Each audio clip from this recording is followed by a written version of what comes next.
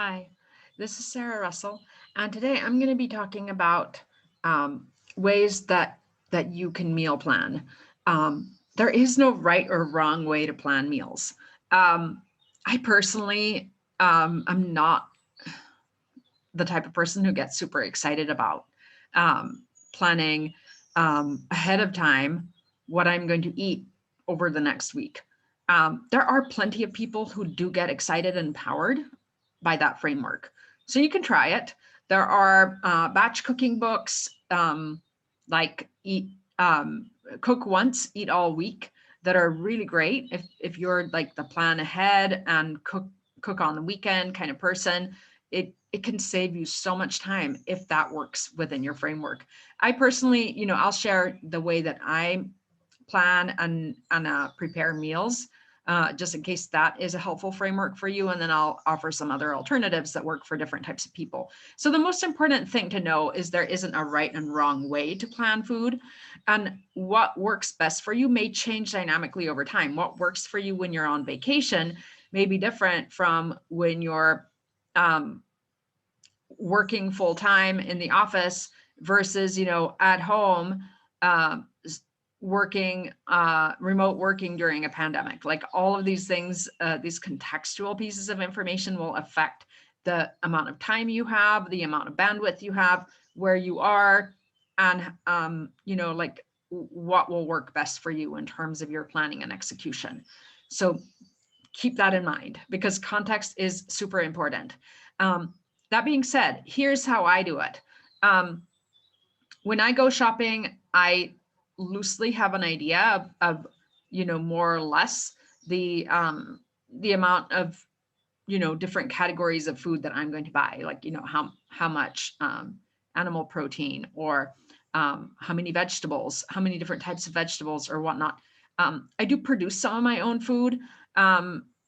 So I produce eggs, a small amount of meat, and a lot of vegetables. And also I am really fortunate because we have a lot of wild foods that grow around here that are edible. So like if I don't get a lot of vegetables at the store, I will never run out of options for greens, because if worse comes to worse, I can always I can always go into the garden and pick as much stinging nettle as I want and as much dandelion leaves as anybody could possibly wish for. And in fact, I love both of those as greens. Nettles I use either dried in infusions or made into a pesto, or cooked into a soup. There are lots of different things that you can do with them, or just like steamed as a green in place of spinach or whatever. So I have a lot of options and I have more flexibility. So I have all these extra kind of moving parts because I do have a small homestead and I live in the country in a place where things just grow. And I also, deliberately plant stuff. So some stuff that grows is wild, some stuff that grows is not. So part of my planning and execution does keep into account that, I never buy eggs. I sell a lot more eggs than I would ever imagine buying. And so that is a different, keep in mind like that piece of the context too. So if you are buying the majority or all of your food out, you will need to sort of have an idea of how often you're going to the store, for example, and when you go, about how much you have to buy. Try and use mostly the fresh food aisle. The fresh food aisles and areas, so those are usually in the supermarkets going to be on the perimeter versus like the inner aisles that are more the processed packaged foods.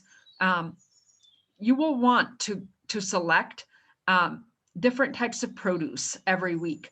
You want to make sure that you have different colors in your produce. So when you're shopping, look at what's in season. You will typically be able to see like where it was grown, whether it's organic.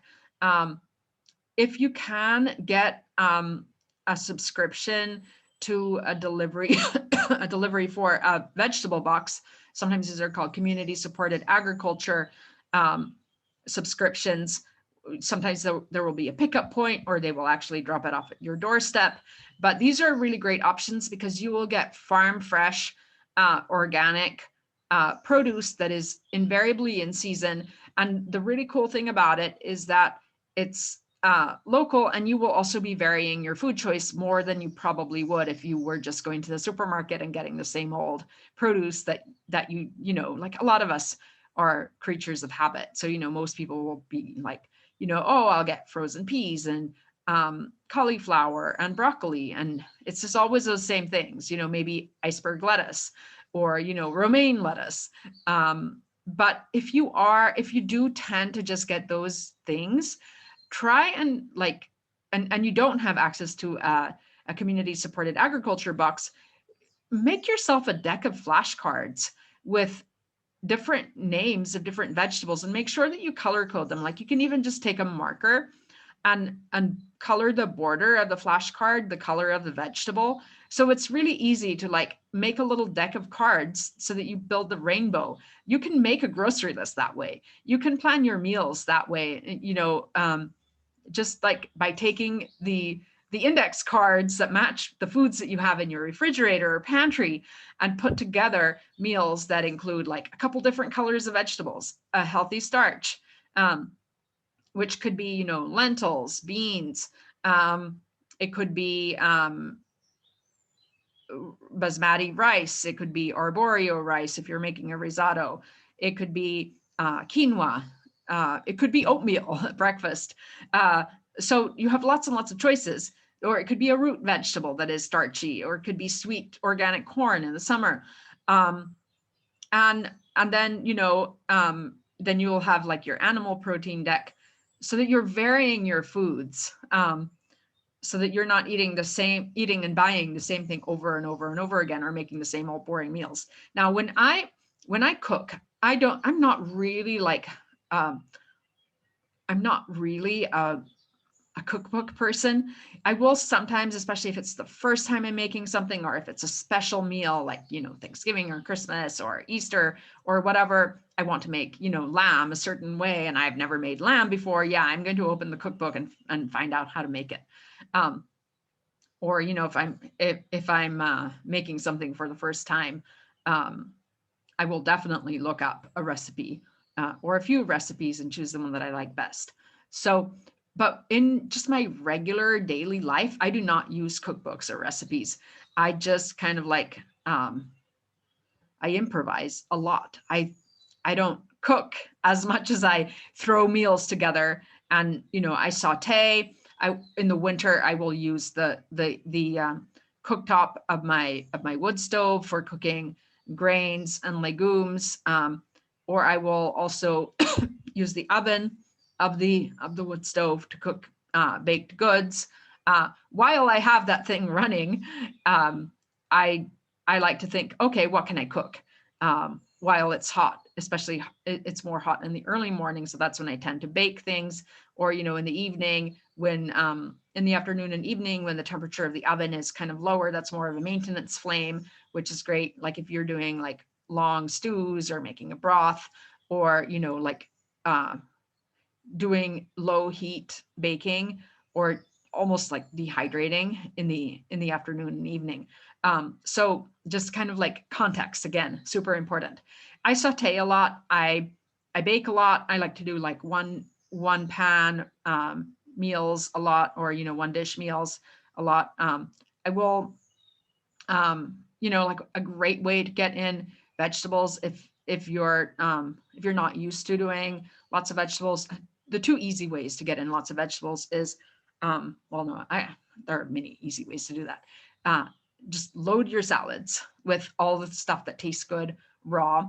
Make like appetizer dishes, or like, you know, snack dishes with raw veggie sticks. Again, all the colors of the rainbow, and a fun dip.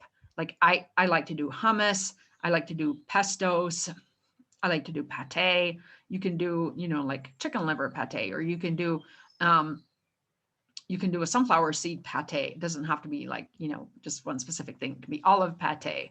You can make or, you know, like a beet hummus. It doesn't have to be always garbanzo beans. You can make traditional hummus with any type of legume. I've made cannellini bean hummus. It tastes really delicious. So you can do lots of things for raw vegetables, and you can also for cooked vegetables, you know, soups, sautés, pasta sauce. Like you can make pasta sauce with all kinds of different seasonal vegetables that you saute, and then you just add, like, you know, the tomato sauce if that's what you're used to doing, or a ragu or whatever it is, and then you have like a loaded pasta sauce. So and I also love doing like roasted or sauteed mixed veggie platters with both non-starchy vegetables and with some starchy root vegetables. And then, you know, adding some kind of a protein to that. You don't want to make things too complicated if you don't want to spend too much time in the kitchen, or you don't have that much time in the kitchen, time to spend in the kitchen, or you have other things that you would rather do with your time. So lots of options. You should have fun. And you know, if you do like to plan ahead, that is totally fine. You can subscribe to, you know, a meal planning service that will help you plan ahead. What, you know, will help you generate a grocery list. It will help you plan your batch cooking and things like that. Things like Real Plans are really helpful because they often come with like a free trial period, so you can try them out and see how it goes, and see if you like that system. Not everybody does. It wouldn't work for me, but it works for a lot of people. And it can, you know, if you are a plan ahead kind of person, you don't like surprises, and you have the time, and you're a very organized person, then that might be a really great system for you. So those are just some ideas, and I hope that this was fun for you, because I really think that planning your food, eating your food, and you know, sharing food with other people should be a lot of fun, and it should be tasty, and in addition to being healthy.